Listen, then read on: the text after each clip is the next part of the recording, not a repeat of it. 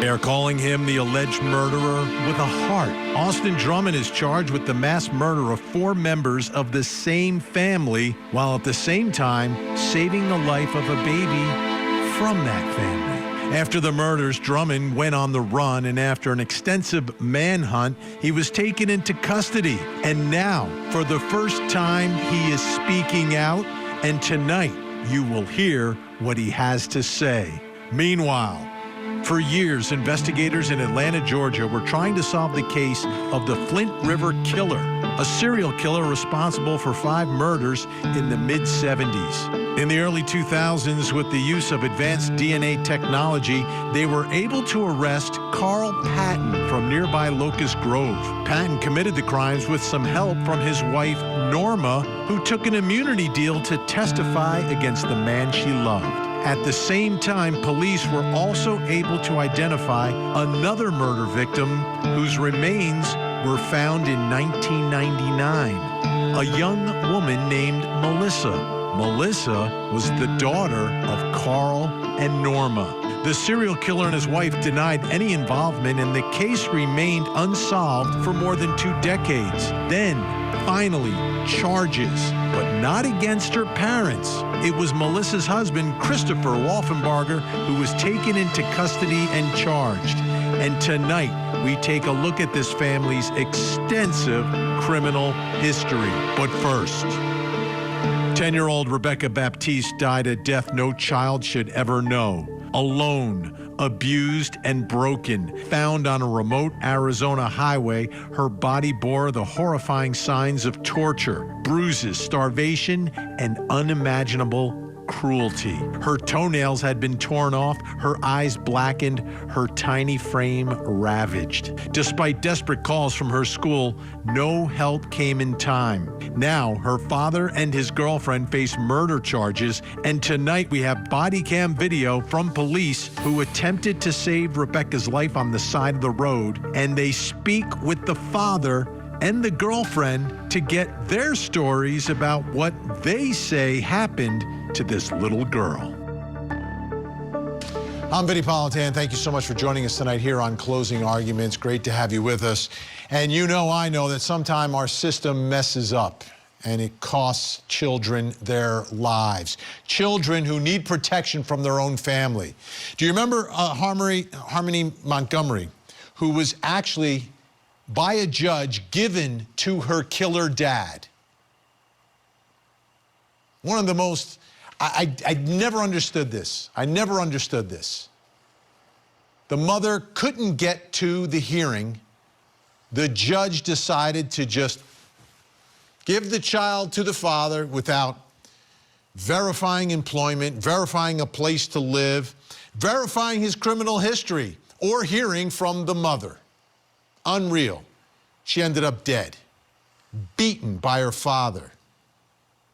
And they've never recovered her. They've never found her. Tonight, let me introduce you to another little angel. Rebekah Baptiste is her name. This story is tough. They're all tough when we're talking about our children. But in this case, 12 times there were phone calls from her school. You know, the school mandatory reporters, see something, say something, report suspected abuse, and they did it a dozen times, and nothing happened. Absolutely nothing happened. Then there was a 911 call from her father's girlfriend from the side of a highway. And in that 911 call, the description of what was going on with this little girl. But if you listen closely to that call, I heard it in the voice of this girlfriend, blaming this little girl for what happened. Unbelievable. So what's their story? What's the story of the father and the father's girlfriend, who were really the ones, the parents, in charge of this little girl? The parents who were there to protect and take care of this little girl. What is their story? You're going to hear it tonight, because I'm going to show you the body cam video from the moment that police respond to the side of the highway And I have to warn you, it's graphic because little Rebekah is on the ground fighting for her life, fighting for every breath.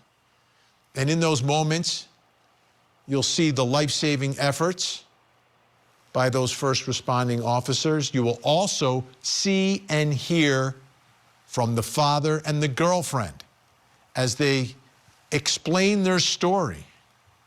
And listen closely. I mean, it just seems like they are blaming this little girl for what happened.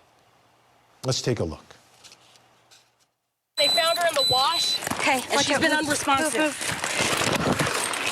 We didn't know where else to take her. Let's just go. We're like smack dab right between here and Johnson with.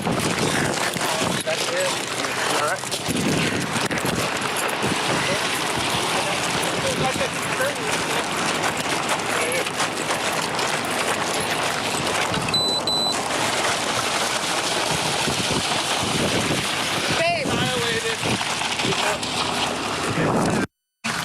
And she's been running away for the last, 3 or 4 weeks since we've been here. Okay. She ran away this morning. We went out and tried to find her, and our neighbor found her. What time this morning? We got up about 9:30, so it would have been close to 10:30. So you guys saw her the night before? Yeah. Yeah, Okay. we all sleep in the same building. Okay. And then, so you said she ran around that morning, and you guys were trying to find her? This morning. Yeah. This morning, yeah. And then you guys went out trying to find her, and then your neighbors found her? Neighbor found her, yeah. Okay, what were they doing down there? How'd they find her? They were on quads. They were on their quads? Okay. And then they brought her to you? Yeah. At your house? Yeah. Well, it's technically was my great uncle's. He died recently, so we moved in there. Okay. So that's kind of how people know us up there. Did she have any signs of life when she got brought to you? She was almost basically like this. She was slightly responsive. She was still breathing on her own. What do you explain to me what you mean responsive? Like she was just breathing on her own. Breathing on her own? But that was about it. And then as we were driving this way, started seeing color change in her lips, and we were just hauling it. Walk me through what happened today. We were outside starting the morning. Before I can get waters in the bottles, she went running off again. Okay, you saw her run off? No, she okay. disappears. We have them play in the yard, and she was supposed to go stand in the shade and go wait for me, because that's where we've been keeping her, to be outside, because she can't be trusted in the building, because she gets there. There's knives, there's weapons, there's everything. Okay. So I had her standing outside. I turned around to go grab waters for bottles, and she was gone. Okay. Was she complaining of any pain, any sickness, anything like that today? She's been complaining of a headache. A headache? Ever since she ran away the first day, she's been complaining of a headache. Okay, this is frequently running away lately? It's 3 times in less than 2 weeks. She actually ran away a week before we moved out here. So she actually jumped out the window. I noticed when he had handed her to us that bulge in her chest, and that was making me afraid of. I didn't even think to start CPR. I just thought, let me keep breathing for her and let's just go. I told him the first time that she ran away, she was taken over to Phoenix Children's Hospital and she ended up on a 7-day hold, a psychiatric hold. She has a long history with running to DCS and making up stories of her brothers. So there has been DCS cases before? Yeah, I just got them back from the state. Okay, who is your caseworker? No, there is none now. Who was? There was multiple. The last one was transferred to a different division. When was the last time you had contact with them? The case was closed May. May of this year? May of last year. Last year? That's when we got our youngest back. Okay. And that's when the official case was closed. Her case was closed about a year before that. Okay.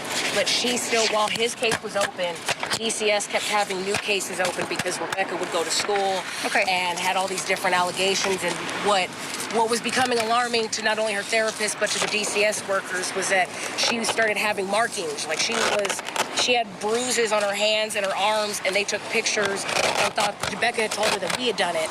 And it was her way to try to get taken out. The first time she ran away, she told us that she didn't want to live here. She was just trying to leave. But we explained to her, everyone explained to her the dangers that come with this.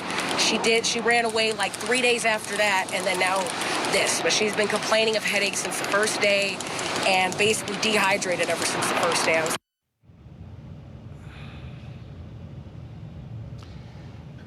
She died of a bleeding brain, was malnourished, and had wounds from head to toe. Let's bring in our think tank. Joining me live in studio tonight, family law attorney, law professor Randy Kessler. Former criminal defense attorney and civil rights attorney Erica Wilson is with us. And criminal defense attorney, the man behind the glasses, Josh Schiffer. All right. What did we just hear? What did I just hear? A bunch of lies. Ooh. A bunch of lies. Let me tell you the first lie. When she said the child was making it up. But then I also heard her say when it was sent to DCF, it was transferred to a different division. It is, because when it's an allegation, it's in CPS. Once it's substantiated, then it goes to foster care. So the child didn't make it up. A court of law found that they abused the children that they were taking. And what we didn't hear is, how's my kid? How's my kid? Where's my kid? Oh, we're having this conversation. They know they're going to be accused. They know they're being defensive. And they're trying to get off the hook. How about we can talk about the facts later? Where is my daughter, you know? Yeah, the demeanor involved is abhorrent. It's completely She's a unnatural. former nurse, by the way, just so you know. Oh, wow. Thank goodness former. Awesome, yeah, exactly. Thankfully, former. Because when you deal with kids, you see what is natural, what can exist in their normal habitat, and then you see the stuff that only happens when they've been exposed to abuse. We saw only happens. And yes, what did we just see? We saw it going down and down and down. First it was their bruises, and then we just got my youngest back. And who's the caseworker? Well, for which case? I mean, it just was a comedy of errors. How many things do these people have to do wrong before society and the state steps in and stops them? Now, they're both charged with murder now. Good. They should be. And it's mind-numbing to us sitting here. We see the smallest allegation drive our clients crazy. You can spend years fighting one allegation from mandatory report. So it makes us sick and angry to see this obvious chronic abuse. The state's been involved, and now a child is dead. Right, there are people out there saying, I lost my kid the first time. Yeah. They had 12, 15 shots at it. Yeah, you can tell this ain't their first rodeo. That's why they jumped right into their narrative. There was no concern. At some point, it even felt like they were mad at the child for running away and even inconveniencing them. Frustrated that you're going to make me have to deal with these people again. She was supposed to go stand there and wait for me. And they spoke the nomenclature. They had the language. You're absolutely right. They had the language.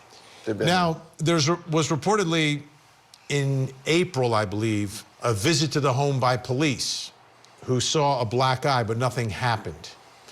So how much of this, like, obviously we are blaming the parents if they are responsible for this conduct that they're accused of.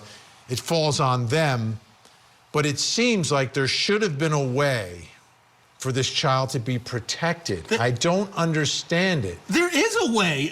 The police showed up. DFACS showed up. There were But they got him back. Like, I know we always want, reunification is always the goal. But they didn't even have a place to live. They had to wait for their uncle to die to live in something called a yurt, which is kind of like a house, but I don't think it has running water. I mean, the cops are learning what happened. I think it's like a tent. After the fact, right? These questions that the cop was asking were good questions, but the child's dying, the child's dead. Ask those questions when you see a black eye, when you see bruises, when the school calls 12 times. You're right, Vinny. And the school did, the teachers and administration, I mean, they think they did everything they could. They called on that child and on another child, and they just kept calling and calling. So the story we just heard, are we going to hear that same story at their murder trial? No. When it's time for a defense? If they have good lawyers, then you blame will the child. That video is coming in, though. The video's coming in, but the narrative will change, I promise you. Absolutely, and really. How can they change it if these are the actual words of the accused? They're going to pull knives out on each other is what's going to happen, is one of them is going to get offered life without or potentially death, I imagine. It's the death of a child. That's kind of where people get rounded up. It's going to change. Like my grandma used to say, how do you get into Carnegie Hall? Practice, practice, practice. They're going to practice if they're going to testify, which they might have to now. All right, let's take a listen to this because we have another piece of video from the body camera. And there is another child, a little boy in the police car, likely the brother. Let's take a listen to that interaction. What happened today? Today she ran away. She ran away? Yeah. Okay. And then what happened? And then she came back home. Okay. Did mom and dad bring her home? one of our neighbors from there, they saw them laying, they saw her laying down on the ground, and then they brought her back home. Oh, they brought her home? Okay. Okay, so the brother seems to corroborate the story with the neighbors, and she's running away. I think the big question is, why is she running away? Is she running away because she wants something to eat? She doesn't want to be abused anymore. She wants to get away from this situation. You don't run away from a happy environment, right? You don't run away from fun. And also, how long were they in the car with that child? Maybe that child, it was, okay, when the police come, you're going to say, and we all remember what happened, right? Think that's possible? Oh, sure, it's possible. It's so hard to make a little child lie so smoothly. I believe that was very... Maybe you say, we all saw what happened, right? This is what happened. Power of suggestion. Yeah, that much more likely, power of suggestion. But here's what I don't get. The child was found to be malnourished. They said she ran away. You don't get malnourished for running away for a couple of hours. Nope. And if she ran away for extended periods of time, where's the police report? And I've got to add this as well. I've been exposed to a couple of very rare cases where there are serious mental health issues with very young children. Sure. And it's terrifying because does it happen often? No. It's a 1 in a million. But you don't treat it by saying, go stand in the shade and wait for me to finish so we can go. You take that child in and you make sure that child gets help. And that's the failure, is that in all of these parents' sophistication as parents or lack thereof, someone else needed to step up here when you've got a chronic runaway child with bruising, allegations of self-harm. You've got malnourishment, which teachers see. Right. And nurses. And even if you're a former nurse. And there are going to be some witnesses from that school. People, you know, what did you see? Why did you call? I mean, you got 12 possible witnesses if it was 12 different people that made a call. And there could be records of the parents, and we've all seen will the jury this, hear about all of that? begging for assistance, and that's absolutely mitigating. If you've gone to the state and said, please help me with my child, typically it's teenagers, but we see it regularly. I can't control my child. My child is a monster. My child is doing violent, illegal things. Please help me. And the police say, sorry, there ain't squat we can do. That's a defense. Yeah. Right. Okay. Think Tank staying with us. When we come back, the trial you're watching on Court TV, the serial killer's daughter is the victim, but the serial killer is not the defendant. We'll take a look at that, the criminal history of that family, plus coming up next hour. Tonight on Vinnie Politan Investigates the disappearance of little baby Emmanuel. Mom says he was abducted, and tonight we visit the scene of this alleged abduction. Does Mom's story make sense? Tonight, we investigate. Join Court TV's Vinnie Politan with the latest and breaking true crime stories. Now, let's look at the other side of all of that. Vinnie Politan Investigates tonight, 9/8 Central, only on Court TV. Donna Ailson is facing charges of murder, the death of her former son-in-law. This is terrible. Now that Donna has turned into a defendant, what's next for the Adelson clan? The matriarch mastermind murder trial. Live coverage begins this week on Court TV. You're going to hear evidence, some of it from their own witnesses, that multiple other individuals could have had something to do with Melissa's death, starting with her own parents. You've heard mention already of the Flint River murders. Melissa's father, Carl Patton, committed a string of murders in the late 1970s. He was suspected of those murders for a long time. He was investigated, but they were not prosecuted and proved until 2003, 4 years after Melissa's disappearance and death. Unbelievable scenario taking place in Georgia in this case. So, for prosecutors, trying to keep the case simple, right? This is a case of domestic violence. We've seen it many, many times. You've got Christopher Wolfenbarger and his wife, Melissa. There he is on the left. There she is on the right. She was murdered. He was an abuser, domestic violence in the house. And finally, they charged him. He was suspected for years, and then they finally charged him. That's the case prosecutors want this jury to be thinking about. But there's a lot more to Melissa's family, and it begins with mom and dad. He's a serial killer, and she stood by her man, and she seemed to know everything about it. And when you look at this family and this family history, From my perspective, you're really looking at like a criminal history. Like their family tree is a family tree with all these crimes as leaves and limbs. Let's bring in Court TV field reporter Cody Thomas. Join us live from studio tonight. And Cody, let's go through this family. Let's go through their criminal history. Let's start, of course, with mom and dad. Yeah, Vinny, of course, the Flint River Killer. That's Carl Patton. We've talked about him for days. Not a stranger to this program as we've talked about this trial. He was convicted in 2003 for murders that he convicted back in the late 70s from 1973 to 1977. 5 murders, Vinny. He was kind of like a hired gun. All of this had to do with insurance payouts. A woman hired him to kill her husband. 2 husbands, actually. And one of those people that he killed was also his former accomplice and high school best friend. But he also had another accomplice, and that was his wife, Norma Patton. And of course, she testified against him in 2003. She got an immunity deal out of that. But in this trial that we're tracking right now, she testified talking about what it was like helping him hide those bodies back in the late 70s. Take a listen. Now, you've mentioned that your husband, Carl Patton, eventually confessed to murdering 5 people. Is that correct? Yes. Were you involved with some of Mr. Patton's murders? I helped him dispose of the bodies. Okay. So you were involved? Yes. Okay. You testified, as I asked a while ago, that you overheard Carl making plans for one of the murders. Yes. Did those plans involve him killing people for money? I would assume so, yes. Insurance money? Yes. Was that the first time you had heard him talk about killing someone? Yes. And what did you think at that moment? Did you think, I should get out of this house? No.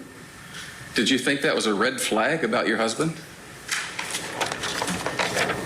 I loved my husband.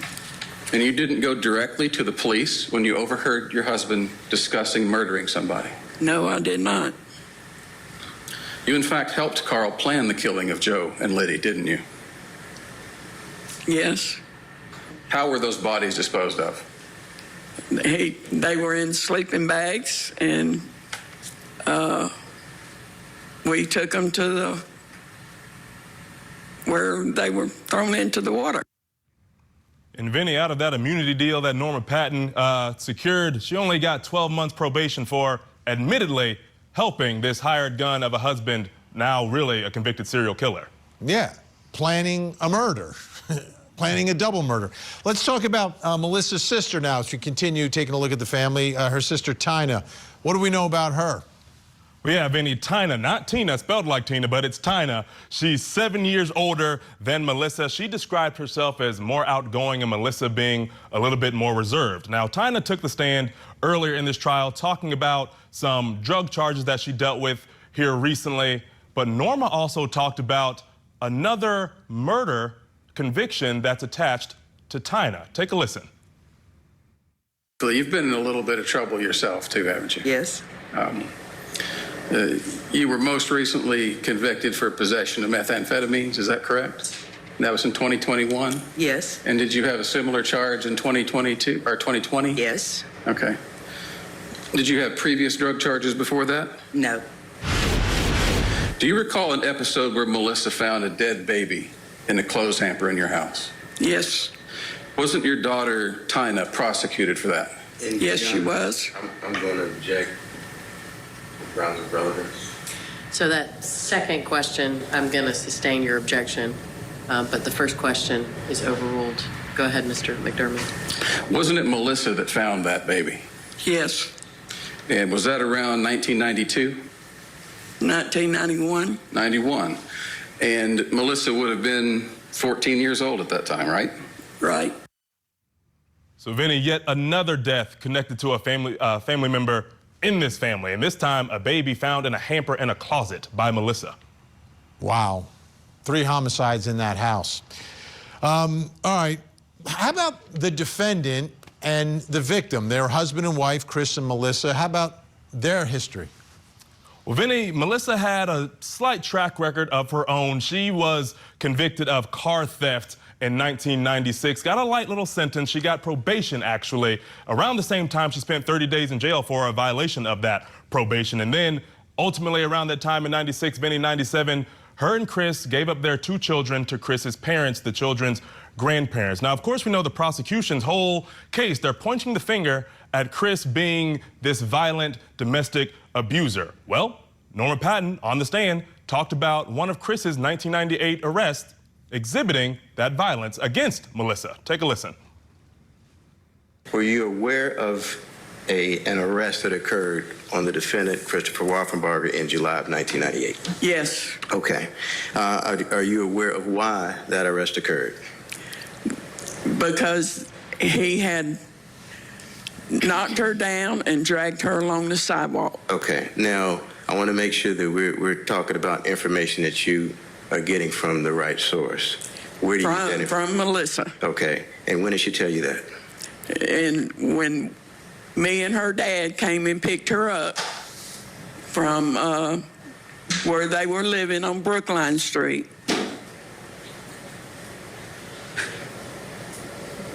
Okay. When we took her back to the house, and I saw the abrasions on her backside. Her dad did not see those abrasions. Okay. When you say abrasions, what do you mean by that? Her whole backside was skin up.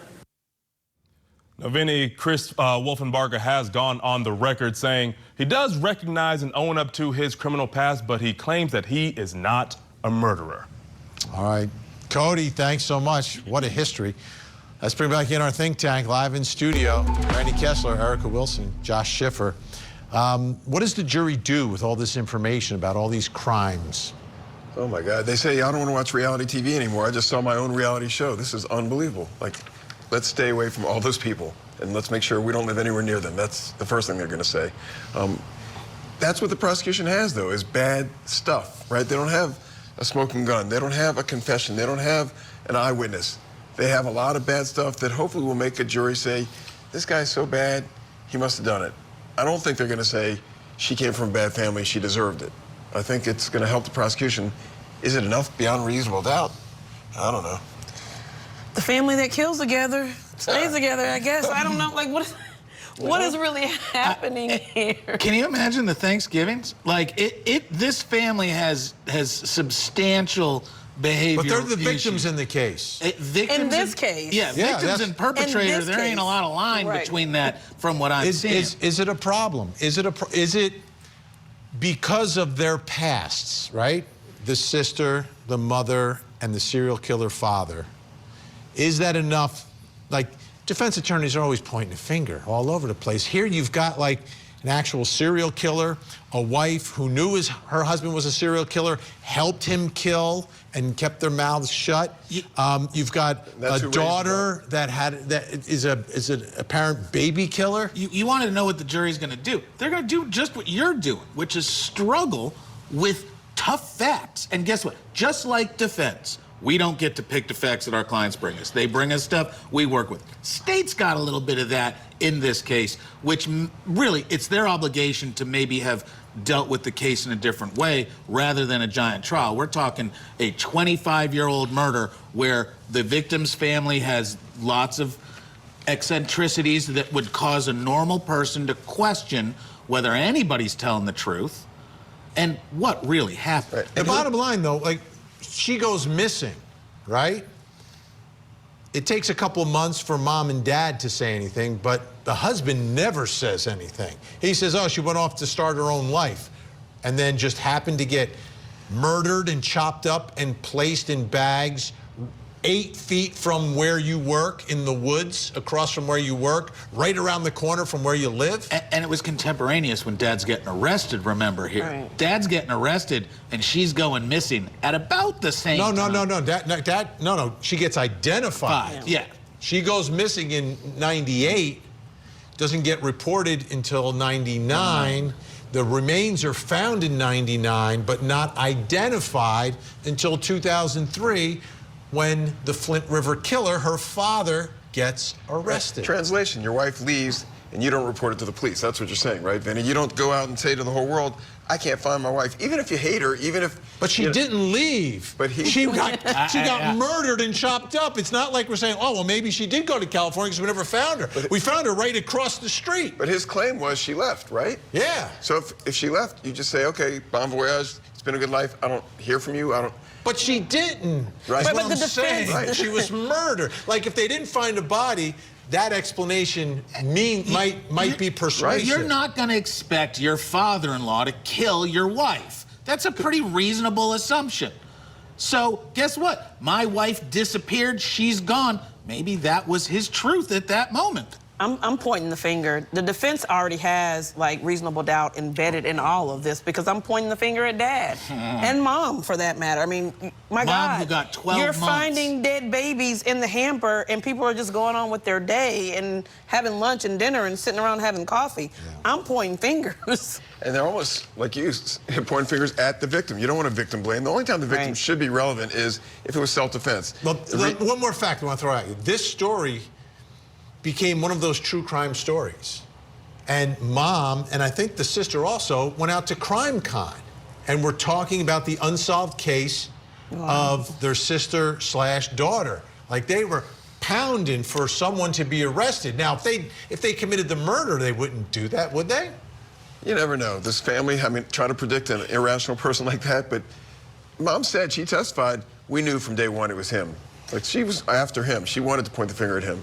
Maybe they would absolutely do that. They would absolutely do that. Think about how many husbands go on. Look at the parents of the missing child now. They go on TV now with these sob stories, and it's like, please help. They're involved in searches. They would absolutely go to CrimeCon. Do you think if serial killer Dad was not under arrest and found out that his daughter was chopped up, that he might have taken out his former son-in-law? Or he might be accused as being the perpetrator. All right.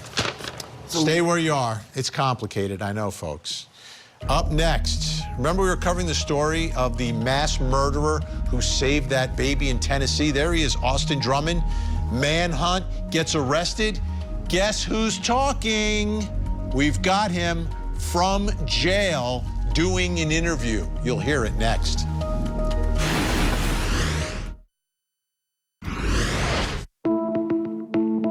We're here today to confirm that Austin Drummond has been taken into custody. More importantly, his capture occurred without any further harm to the public or to any law enforcement officers. Just after 8 o'clock a.m., we received multiple calls of sightings of the suspect. Placing resources there immediately resulted in an additional citizen's call at about 8:57 a.m. We took advantage of that quickly evolving situation and made the arrest at 9:05 a.m. This was a scary moment in Tennessee, a scary bunch of days when this killer was literally on the loose. There was surveillance video of him with a gun, you know, seeing if doors are locked or unlocked, looking for places to stay as he was hiding from police. He was captured. He's accused of mass murder, 4 people. There were 5 people there. There was also a baby at the house. The baby he took from the house, didn't leave with the dead bodies, but he is accused of murdering the baby's parents, 20 and 21 years old, the baby's uncle, 15 years old, the baby's grandmother, 38 years old, but took the baby from the scene and left it with a stranger on the yard, honking the horn, making sure that someone took care of the baby. And that sped up his arrest and his identification by saving the baby. Well, now he is speaking for the very first time from behind bars with Nick Barris, one of the great reporters from Scripps News Group up in Tennessee. Take a listen to what Austin Drummond had to say. Austin Drummond is locked up without bond in the Obion County Jail. He's charged with 4 counts of first-degree murder. A source gave him my cell phone number, and he called us to talk about his case. I'm innocent of what I'm charged with, yes, sir. I'm not an innocent man, but I'm not guilty of what they charged me with. Of course, you would expect a man potentially facing the death penalty to say that. I offered to take a polygraph. The 28-year-old Drummond admits to a long criminal record dating back to his teenage years and was a one-time member of the Vice Lords gang. But he says he did not kill Adriana Williams, Braden Williams, Matthew James Wilson, or Courtney Rose, whose bodies were all found in Lake County on July 29th. I had no reason to hurt these people. They were my girlfriend's family who had became my family. I took Adriana to the hospital to have her baby. I helped teach Braden to drive. Matthew was like a little brother to me, man. Drummond was on the run for several days after the murders. Locals in Northwest Tennessee feared a killer was on the loose, and it made national headlines. If Drummond didn't murder the 4 victims, then why did he run? I did not handle the situation right by running, but I was afraid. And here's why. Drummond says after another arrest earlier this year, he cut a deal with the Lake County District Attorney, FBI, and ATF to work as a confidential informant. During my time working for them, I helped uncover drug dealers selling multiple kilos at a time of cocaine, also drug traffickers delivering pounds of meth. We identified dirty law enforcement and correctional personnel and tapped Vice Lord leadership phones. Drummond says he learned that his cover had been blown the day of the killings, and that is why he ran. I was afraid because I knew bad things happened, and I was afraid that because I was an informant, things would go wrong. Things would happen to me. We did ask the district attorney about Drummond's claim that he was working as a confidential informant. The DA said he could not comment at this time. We should learn much more about the case against Drummond at a preliminary hearing that's scheduled for early September. Nick Barris, News Channel 5. Unbelievable work by Nick Barris, by the way. Let's bring back in our think tank Randy Kessler, Erica Wilson, Josh Schiffer. This just got much more complicated. I was not expecting that. Nope, makes it smooth, because guess what? That guy's story, 100% tracks. 100%. They put the squeeze on him as an undercover, means you go out there and jump into a pool you are not prepared to swim in. He gets mixed up with some real bad dudes that have no qualms killing your girlfriend and her family and all these other people. Well, the girlfriend wasn't killed. It was the girlfriend's sister. Anybody, doesn't matter. So what led investigators to him? Oh, well, they had his name just from doing the profiles of everybody involved, and, you know, they can build these charts pretty quickly. They had a picture of a car. And he ran. They had a picture of a car. They've arrested 3 other people who are alleged to have helped him after the fact. Right. You know what's interesting is you always say, zip it, right? Don't talk. You're on death row. Zip it, zip it, zip it. Well, in this case, it can't get much worse for you, right? Everyone thinks you did it. Unzip it and talk. So why would those people save the baby? If someone else did this, why would they save the... I can understand why he would save the baby. He just told me that he was there for the birth of that child. I think he did save the baby, and I think So you think he's there during this mass murder? I think that he was present. I think that he asked other people to help him because he got in so deep that there were 4 bodies. But Vinny's saying if it wasn't him, why did the people that killed everybody else not kill the baby? And why wouldn't they kill him? Like, I don't I'm not following the bouncing ball from Josh Schiffer. Is anyone following Josh right now? I'm buying half of it, Josh. I'm not following what he's... That's reasonable doubt. Even a killer could say, okay, that's one too many, right? I mean, sooner or later, okay. Okay, Mom, well, let's Grandma. start first with who is responsible?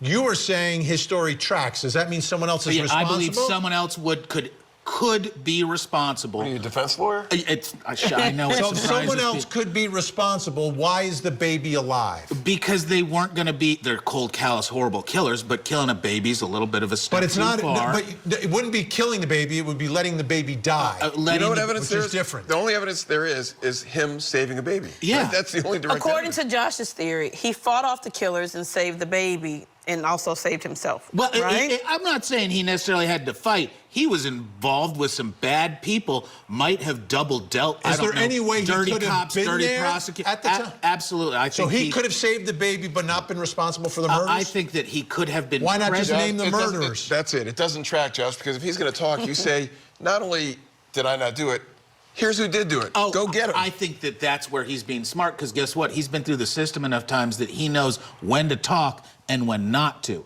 And he just did drop a dime on some people and saved himself from a death penalty case by talking about these third parties. There was no deal yet. Oh, that was just a reporter. That wasn't the absolutely. That wasn't the but I'm just telling you, that's how you get the death penalty off the table, is by going out there and stopping the ability. Vinnie Politan and saying, "I want to tell you my story." You call the prosecutor. That guy's not going to call a prosecutor. Prosecutor can't help him nearly as much as the court of public opinion can. Well, Vinny, and this guy's scared.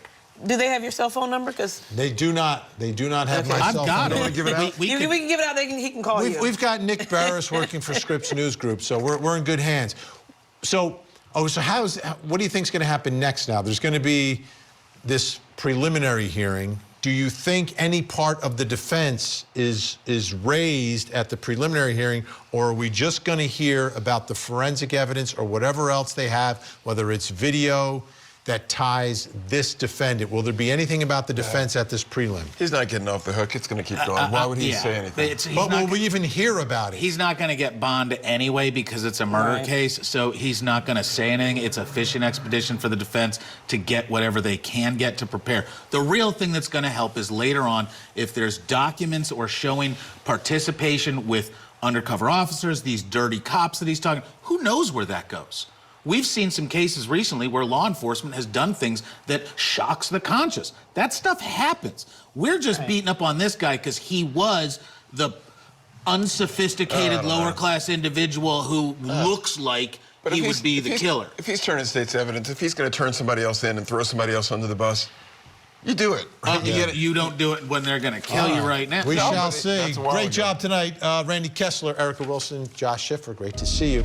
When we come back, I will reveal something else you need to know tonight, plus coming up next hour. Tonight on Vinnie Politan Investigates, a baby is missing. Mom's story has inconsistencies, and Dad has hired a lawyer. What happened to baby Emmanuel? Tonight, we investigate. Join Court TV's Vinnie Politan with the latest and breaking true crime stories. Now, let's look at the other side of all of that. Vinnie Politan Investigates, coming up next, only on Court TV. Donna Adelson is facing charges of murder, the death of her former son-in-law. Terrible. Now that Donna has turned into a defendant, what's next for the Adelson clan? The matriarch mastermind murder trial. Live coverage begins this week on Court TV.